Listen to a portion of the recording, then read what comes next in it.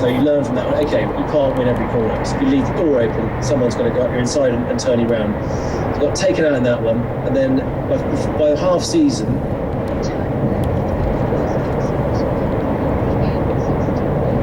I turned one into a cigarette packet, no wheels, no engine at Brad's GP, trying to go around the outside of two people at the was that really quick one at the back. Down Johnny Herbert had his crash. Yes, actually that was included there last week, 2 weeks ago. I don't know what you mean.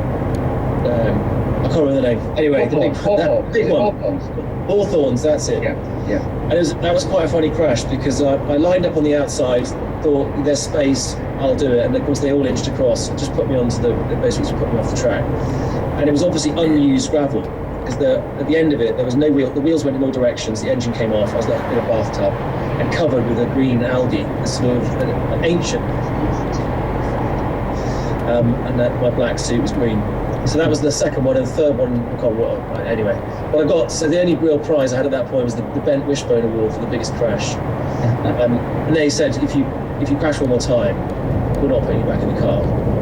So I stopped crashing and started finishing, got some podiums, and then won a race. But it was an interesting learning curve.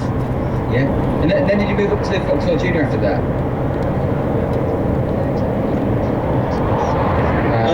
Yeah, amazing. They were good fun. You were third, weren't you, in the championship? That's it. Yeah, joined with Justin Wilson.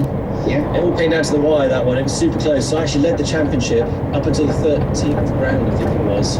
Lucky number 13, qualified 13th and crashed. I had a tangle. And then, it went right down to the last race. And I won the last race. There was a crash. They went back a couple of laps. It was one of those really, really close things on points. Yeah. So Darren Malkin. Oh, Malkin. Who was wild. He caused the crash, and then so he got. That's Colin Malkin's son. Oh, okay. Yeah. And he went back, and so he finished second in the championship, and Mark Hines won it. And Mark was a very, very worthy winner. He was the sort of the professor of the championship, and he just quietly kept bringing in the really good results, and he was always there. Yeah, I think he kind of won. I think he won the box championship, and then at 3, he never really master of winning championship, wasn't he? He was very good. Yeah, he took longer to learn a car. I can remember that because we were teammates at Martin Donnelly, so we went up to do I did the winter series of Paul Stewart Racing, and then we ended up doing the main season at Donnelly's. Yeah. There's a name from today, guy. Yeah. Where everything fell off the cars. Wheels, gear sticks, and so that was quite a tough year. But it was interesting because being Mark's teammate then, I've been practicing with him for a year with Dr. Judy, and see what data and everything. It's quite interesting. But I remember going back to when actually in Formula 3, and he was that year that he won the championship was really incredible. New races from Manor, so you know what they're like. They had a very small budget by comparison to Stewart Racing. Yeah. There's a lot of argy-bargy in the races, and it was Manor's first season at F3, and they won the championship. I went down and I went to watch the final at Preston, and it was really, super tense. And I think he really sort of came of age in F3. So at this point, Ben, going from someone who thought the cars looked okay on a Sunday afternoon to racing and going through the ranks, at this point, were you focusing on a career in motorsport, or were you still just enjoying it, and were you doing anything else at the time? It was a total obsession. So, like Guy and everybody, once you're in, I was absolutely, for me, I'm going to be a Formula 1 driver, nothing else matters. And I think, that was the total focus. Well, I guess no one had heard of the Stig then, have No Stig. Although I was ahead of the game because I was racing in a sort of all black overalls, black Simpson helmet. So obviously, I was ready from an early stage. But yeah, no, it was a few years away. So I was racing. 94 was my first full season. Doing Formula 3 sort of halfway through 96. I did start doing Class B and doing all that. And then 1997, which team did you go to? Doing Class B and watching Guy Smith and Juan Pablo Montoya in Formula 3. And I was doing well in the Class B thing and winning races in my little thing. And these guys were rattling around at Fortec, and it was quite clear looking at them that A, they were very good drivers, and B, they had these dynamite Mitsubishi engines. One of them was. Guides. One of them was in Formula One and one of them wasn't. So you know. Yeah. Well, you were both very quick. And I looked at it, and Warren crashed a lot, but was doing outrageously fast. And there's a race of him around Stetson in the wet, which you have to just, it's like a seminal race. And he just defied physics and actually crashed. And then and Guy finished second, and I sort of thought, well, somewhere between the two of those guys, you know, the engines performance was really good. So I went to the same team as they made the restrictor bigger on the engine, and it basically was a totally different package. And they went from having these really, really good engines to total dogs, and that's what the race was for a year. We should have spoke actually in that year, because what happened was with the Mitsubishi, because everybody had basically Buick and Honda, and apart from the Mitsubishi were the only kind of opposite alternative engine, and it was sort of pushing the Mitsubishi Charisma at the time, weren't they? Remember, I think my car was Mitsubishi Charisma at the time, and the engines were really strong. In fact, the first two races, I was on pole position for the first two races, and I think I won one. I think maybe one won one. Or the first half of the season we were really strong, and then they started having some issues with some part supply. So they started turning the engines down because they wanted to protect them. If they blew, they didn't have the right parts to repair them. So they were cranking the engines further and further down, and getting slower and slower and slower. A bit like my season was a bit like your Formula First season, where I was second, third in the championship all the way through. And then the last 2 or 3 races, I had like a 16th, an 18th, and I dropped. I think I finished 6th in the championship. I mean, Forte were a good team. It was just, I think you said, the engine was probably not quite on par with the Buick, was it? No. Well, and the following year, it was way behind. So they opened the horsepower a little bit. So the cars got a bit quicker. So that was an interesting year. See, that was following you. And then I followed you again because I went to America. I was going to say, into Indy Lights. Into Johansson, where you left a big mark, and they were, I mean, Guy had a fantastic season in Indy Lights. Yeah. They got hard work, man. What's that? Not so good the following year when I was actually racing against you. And I went to Tasman, and I was in. When you hear that was a really strange year, because you look at these championships. I mean, the car didn't change; it's the same chassis and the same engine. And you look at a championship, you go, right, what's the performance like? What are the different teams? What are they capable of? And it was quite strange, because I think there was a bit of a lottery with engines. Not that I'm blaming anything on that, but very odd who came forward and who went backwards in the series. Because you switched and you were actually going better with the Johansson car, I think. Well, I had Harvey as my engineer, who I brought with me. He didn't know any ovals or American racing, and we kind of learned together. And we had a really good relationship. I actually really loved it there, but we couldn't really afford to stay there for another year. And Tasman came in; they'd won the championship the previous year. And sort of said, "Well, we can give you it's like a fraction of the cost, and we to do. We couldn't afford not to do it, to be fair. And then obviously you came into your hands was difficulties, and we were both really quick. But did you enjoy racing on the ovals in America? I loved it. Yeah, I was quite surprised. And in traditional style, I managed to destroy the car, obviously. So it was the first race was at Homestead. Yeah. It was really annoying because I was being very careful, thinking, right, I always like fast corners. So this should be good, but just don't do what you did in Formula First. So I was thinking, right, it's 5 years on, but don't be a dick. Take it easy. So I was building my times up slowly, and Homestead, it was borderline, you could do the track flat, so you probably remember that. Yeah. But it was very iffy, and I tuned the car in, had everything right, and got the cars in a good place at the right now's the time. I pinned it, and I think I was then joint quickest with what's his name? He looked like an actor. Anyway, there was 2 of us up there with good times. And I thought, this is cool. This is good. Got this logged. Let's try some drafting. And Mario Dominguez, I was towing up behind him, and made basically, in hindsight, it took me about Scary Spice. Yeah, that's it. All the surprise, guy. We're getting there. Get onto that. I know you want to talk about your Union Jack knickers, and I know you've got them on that shelf somewhere. I know they're there. I thought you ripped them off me.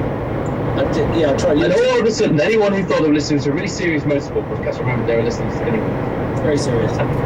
So I was drafting him and just getting, just get used to what we like in the using downforce, and did the same thing I was doing for 3, like just flipping sideways, getting the air on the side, getting the air in the wing. That was that. I lost the downforce. Huge bags. I remember the boys saying, if it comes back in 2 bags, that's not so bad. If it comes back in 3, you've toasted it. And it was, it was in a million bits. So that totally wrote the car off. The legs were swallowed out. The classic overhaul crash, like a sledgehammer to your knee. It's all stars. I literally remember seeing sort of cartoon things going on there. Destroyed the horseshoe. Proper, it was 180 mile an hour. It was a big one. But it was after swap speed. So they rebuilt the car, and it just wasn't quite the same. I think I finished 8th. That was the first experience. So I took a long time to explain that, but it took me weeks to understand what had gone wrong. Because you can't see the air. Understanding how are you supposed to follow, and learning that you have to stay wide, you have to compensate different ways to feel what the car is doing. It's totally different running on your own to running behind someone.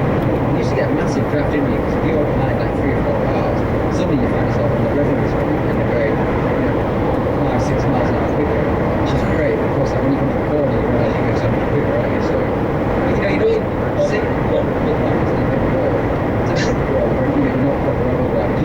And you're always thinking, I wonder what it's like, and then when you've done it, you're like, yeah, it's straight. I hope that one early. Yeah. Weirdly, I found, so I did the ASA thing, so ASMAR in Europe. I loved it. So the experience I got in the States, that was really useful. And I found the acoustic in a closed car, you get this reverberation of the air. Yeah. Weirdly, there's more tells. I think there's more telltale of what's going on with the air when you're on a stock car. I found. Is that when you were sponsored by Jack Daniels? And you look like a big bottle of whiskey?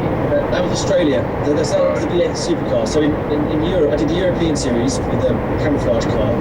That's right, yeah. And that went really well. Won the championship in that. And so racing me, which I played to earlier, he was in it at the time. But it's fascinating because they're big bricks. So the aerodynamic draft is even much bigger, but equally unstable. And it's really. I expected it to feel awful on a road compared to any lights of single seats. Yeah. In fact, they're far more acute and sensitive. You feel the tyre working all the time, and you forget you're in this huge truck. Quite interesting. Maybe it's a bit heavier, so you can feel the tyre moving as opposed to less air. Maybe a bit less air and more mechanical. I don't know, maybe. There is a bit more give. I mean, obviously the single seat is much more reactive, and it's quite quick, and it's a tiny shimmies, and you really aren't breaking it. Whereas you can get away with a bit more of a slide with one of those stock cars, but which is not much more because they're sliding at higher speeds. Well, I remember the end of that year, so the book end of that year, where Fontana was the last race. Now, did you crash in Fontana? I know I crashed in Fontana. I don't know if I crashed with you. No, I finished that one. So I was Johnny Kane won it, and I was 0.001 of a second. We had a drag race to the end. Oh, really? He got me. Well, all I remember was I crashed like a really year. And the night before, for a charity event, we had myself, then Didi Andre, Mario Dominguez, and It was on 4 of us, I think. Casey Mears. That's right. And we basically Looking girl. we ended up dressing up as the Spice Girls. I sent you a message before this and said, don't be alarmed, that was alarmed. Were you Posh Spice, Ben? Yeah. I think you were Posh. I was Ginger Spice. And we ended up having to go on stage in front of all the kind of IndyCar, teams and owners, and obviously singing, I don't know, I think it was one of it by, the Spice. Have they heard of the Spice Girls by then? Not really. I think they're pretty big. Yeah. The worst part was there was no auto cue. And in fact, there was also very little music. So basically, the 4 of us went up there dressed like total idiots. The only person that was really pleased about it was Guy. He's like a lifelong ambition. I've got a lot of into it. He's still talking about it. Yeah, I mean, it was okay that he had the sequin dress, all in one. He's got his hair, but I thought he went too far with lipstick and the underpants. which It's wasn't a terrifying picture that you sent me before the start. Didn't like the crotchless pants. I didn't think that. I just thought that was over the top. I mean, I didn't know who was that for. Well, His name was. I mean, but all I remember getting out of the car feeling dejected, pissed off, annoyed. Is this after the Spice Girl thing or before? No, that was after our performance. No, Okay. after the crash, it just crashed. I remember just walking back to the pits. I thought, today can't get any worse. There's a massive big infield TV screen with me as Ginger Spice. So it's me dressed as a woman. I'm thinking, yes, it can. It can get worse. It was horrible. You made a good girl, Guy. I do think because you were in a U. I know. So after the lights then, Ben, so you went back to Formula 3, didn't you? I didn't realise you'd gone back to Formula 3 with Carlin. Yeah, I did. And Carlin, well, they're a lot better known now, motorsport, and they were just getting into F3 at the time. I'd done a test with them. Their car, you jump in sometimes, the car, when you get this thing first, it was really well sorted. Yeah. And a lot of it was about, well, okay, which engine do you get, how much support do you get from Mugen, because always that's always a factor in how well they'll do. And that car felt really good, and they had Takuma in there as well, and off we went. But they were, I'm trying to remember who we were racing against. Stuart Racing, Docking, the usual sort of group. And it was a really strong field, so I had a great season with them, and working and racing with Taku. It was a strange decision actually. I was very much hoping to come back with experience, win the Formula 3 championship, and get see where that went.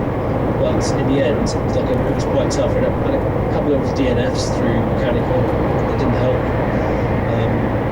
And we had a good season. I think we learned quite a lot. Home was on the schedule as well. There are a few tracks where we hadn't quite logged the setup at the start. We were finding out the setup as the weekend went on. Yeah. And I only say that, and I mean that completely. I loved for Carlin because they did a fantastic job that season. The engineering was amazing. But the following year, I went off and went into sports car racing, and Taku stayed. Taku won the championship. Andy Davidson was his teammate. They had that 1 year with us. They honed the setups in that year, and it went to the next level. They got a bit of a roll, didn't they? They had a really successful period. Yeah. Agreed. Yes. So I mean, it was great to have been a part of that bit. Would love to have done. I'd love to have done better in that year than I did, but it is what it is. I feel like at this stage, if you were watching this on YouTube or you listened to it on the podcast, there would be a year's countdown to the Stig, and we're 2 years away at this point. Getting close. Yeah, that was 2000. Yeah. And then I got the keys to the ultimate machine, which was the Ascari LMP1. So that was 800 horsepower F1 engine in the back. Prototype carbon fibre tubbed, actually an ex-Lotus chassis that had the roof cut off, and it was a Group C car. All downforce to an F1 machine, no power steering, suspension body, just absolute. And first Le Mans in that as well. It was the first Le Mans, yeah, and really fortunate. Basically, I'd done the end of the 2000s, started to try and work my way into other types of racing. And I drove this really terrible car called Matrix, and it was, at first I thought it was the livery, but it actually was held together by gaffer tape, and there was lots of gaffer all over the wings and everything. It was a real dog. And the first lap at Donington that I did in it was somewhere in the back. Werner Lipko was on pole position in this Ascari. I watched this car come down the pit lane, and I'd never seen a more aggressive looking car than the F1 sound, the trumpets, exhaust. It was a completely, and on the rev limiter, so you hear everything sort of like a machine gun blasting at the exhaust. And seeing the speed of it in the straights, I mean, it was sort of 80 miles an hour in a straight line, and my car was in the same class. So as it happened, both our cars died on the parade lap, and so we ended up. So he was on post car for the reason short circuited. Mine was barely going to make it out of the pits, and it just died. So we walked back together and we were chatting, and he mentioned that they were doing auditions for drivers to be his teammate. We had a chat. So you should definitely come and test the car. So I got a test in the car, and they hired me, which is amazing. They've been testing lots of different sports car drivers, and they were happy with what I did. And so I ended up as Werner's teammate, which was incredible. And Werner had actually been very little. No one really he hadn't done much in Formula 3. He was pretty good in Formula 3000. He hadn't set the world ablaze, but he wasn't in the best car where he was fast. And but in the sports car, he was an absolute beast. He was extremely fit. Everybody who turned up to do the comparative tests with him, he absolutely wiped the floor. And I got closest to his level, but of course that's not good enough. You've got to be there. So, but that's where it started. It was a very, very physical car. The Indy lights definitely helped with that because I will remember how heavy they were with a huge amount of downforce. So that was that. So yeah, 2 years with them. So we finished third in the World Sports Car Championship with that. Won the Taurus Trophy, and it was an amazing, really cool year. But first time at Le Mans. And it was the year it rained for 16 hours out of 24. Yeah, 2001 was incredible, wasn't it? Yeah. That was it. And the Ascari was mint. And we must have had great tyres. So we had good years on. They had a fantastic wet. It was way better than the Michelin, I think. And we were able to cut through and get back up amongst it. So we were running fourth when the fuel pump went and we had no spare.